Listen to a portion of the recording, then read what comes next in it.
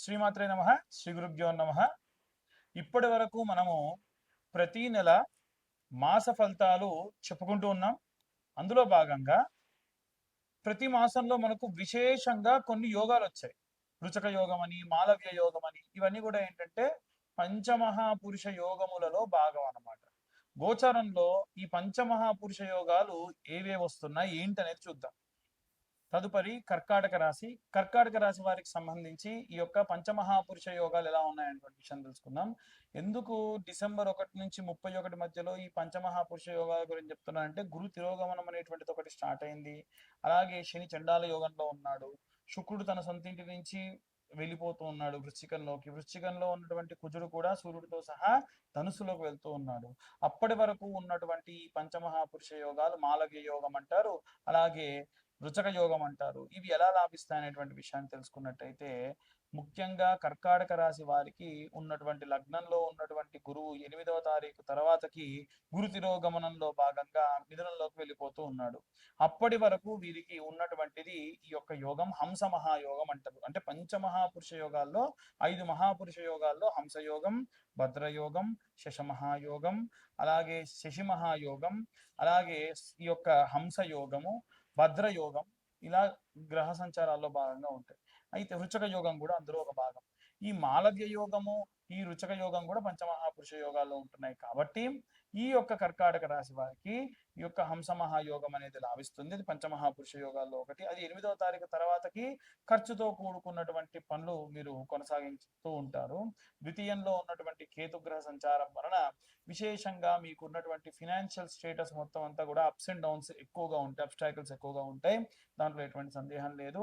4వ స్థానంలో ఉన్నటువంటి శుక్రుడు మీ యొక్క తల్లిగారి యొక్క ఆరోగ్య సంబంధితమైనటువంటి విషయాల్లో ఏవైనా సరే కీలకమైనటువంటి పనులు చేసేటువంటి అవకాశం ఉంది.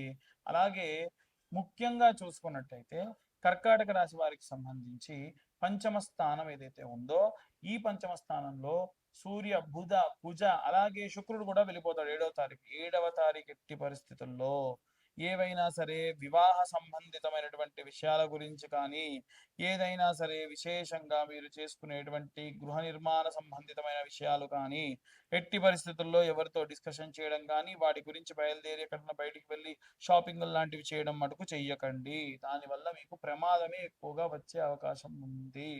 అలాగే ఈ యొక్క 6, 7, 8వ స్థానంలో భాగంగా అష్టమంలో ఉన్నటువంటి రాహు ఏంటంటే విపరీతమైనటువంటి మీకున్నటువంటి మీ పరివర్తనను మార్చేస్తాడు. అంటే మీరు కొన్ని అలవాట్లు మానేస్తే మళ్ళీ దానికి అలవాటుకి ఎడిక్ట్ అయ్యేటట్టు చేస్తాడు. మీరు ఏదైనా ప్లేస్ మారాలంటే మారలేరు, ఉద్యోగం మారాలంటే మారలేరు, ఎవరినైనా కలిసి వాళ్ళతో ఏదైనా చెప్పాలనుకుంటే చెప్పలేరు, ఎక్కడికైనా వెళ్ళాలనుకుంటే వెళ్ళలేరు. ఇలా ఏదో రకమైనటువంటి విపరీతమైనటువంటి ఇబ్బంది కలిగేటువంటి అవకాశం అధికంగా కనిపిస్తూ ఉంది. అలాగే 9వ స్థానంలో ఉన్నటువంటి గ్రహం ఈ యొక్క ఆ కర్కాటక రాశి వారికి సంబంధించి 9వ స్థానంలో ఉన్నటువంటి శని విశేషమైనటువంటి దూర ప్రాంతాలకు ప్రయాణం చేయడం, ఏదైనా వాహన సంబంధితమైనటువంటి ప్రమాదాలకు కూడా గురవచ్చు.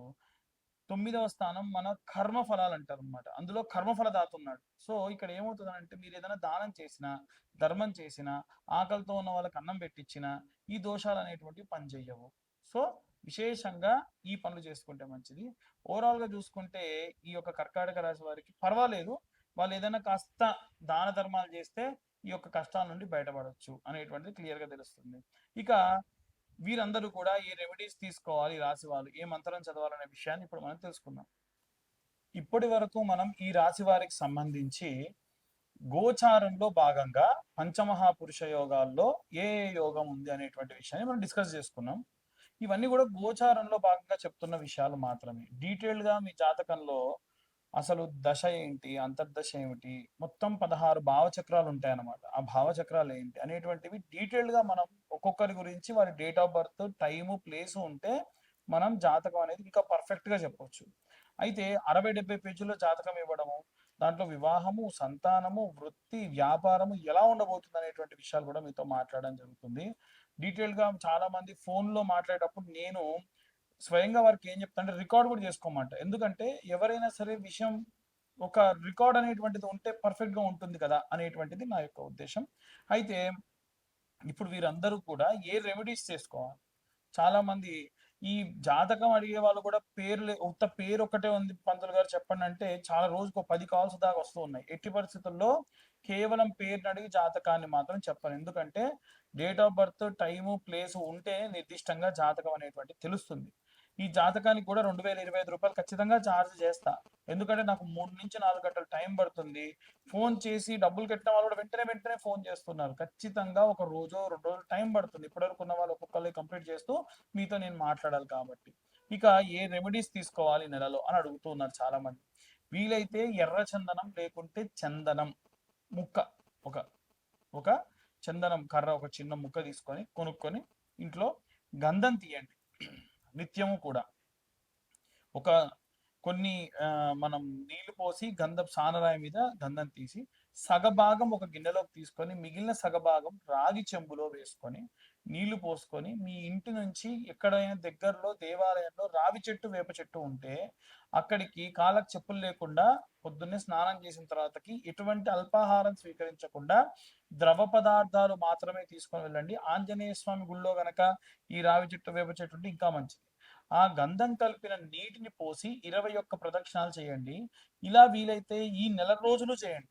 దాని వలన ఏంటంటే నరఘోష నరపీడితములతో పాటుగా విశేషంగా ఏవైనా ఇబ్బందులు వచ్చినా, కష్టాలు వచ్చినా, ఏవైనా సరే మీకు ఏదైనా పని పెండింగ్ లో ఉన్నా మీరు ఈ గుడికి బయలుదేరినప్పటి నుండి ప్రదక్షిణాలు పూర్తయ్యేంత వరకు ఎవరితో మాట్లాడకుండా ఉండాలి.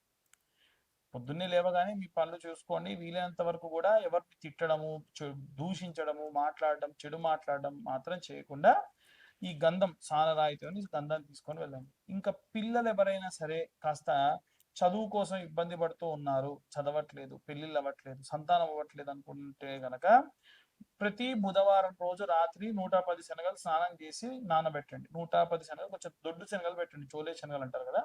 మరుసటి రోజు ఉదయాన్నే ఈ యొక్క శనగల్ని సూది దారంతో గుచ్చండి. స్నానం చేసిన తర్వాతకి ఉదయం 7:32 లోపు నవగ్రహాల గుడికి వెళ్ళి ఆ గుళ్ళో ఎడమ వైపు ఉన్నటువంటి మధ్యలో ఉన్నటువంటి బృహస్పతి గ్రహం మెడలో వేసేసేయండి.